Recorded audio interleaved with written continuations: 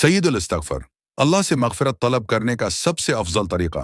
सईद अल इस्तगफार, अल्लाहुम्मा अंत रब्बी ला इलाहा इल्ला अंत खलक्तनी व अना अब्दुक व अना अला अहदिका व वादक मस्ततात अऊज़ु बिका मिन शर्रि मा सनअत अबू लका बिनिअमतिका अलई व अबू लका बिज़ंबी फगफिर ली फ़इन्नहु ला यगफिरु दुनूबा इल्ला अंत।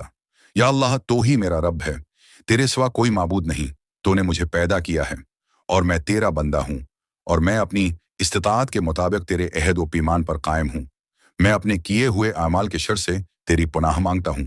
मैं तेरी अता करदा नामतों का इकरार करता हूँ और मैं अपने गुनाहों का इतराफ़ करता हूँ। लिहाजा मुझे बख्श दे, क्योंकि तेरे सिवा कोई भी गुनाहों को बख्शने वाला नहीं।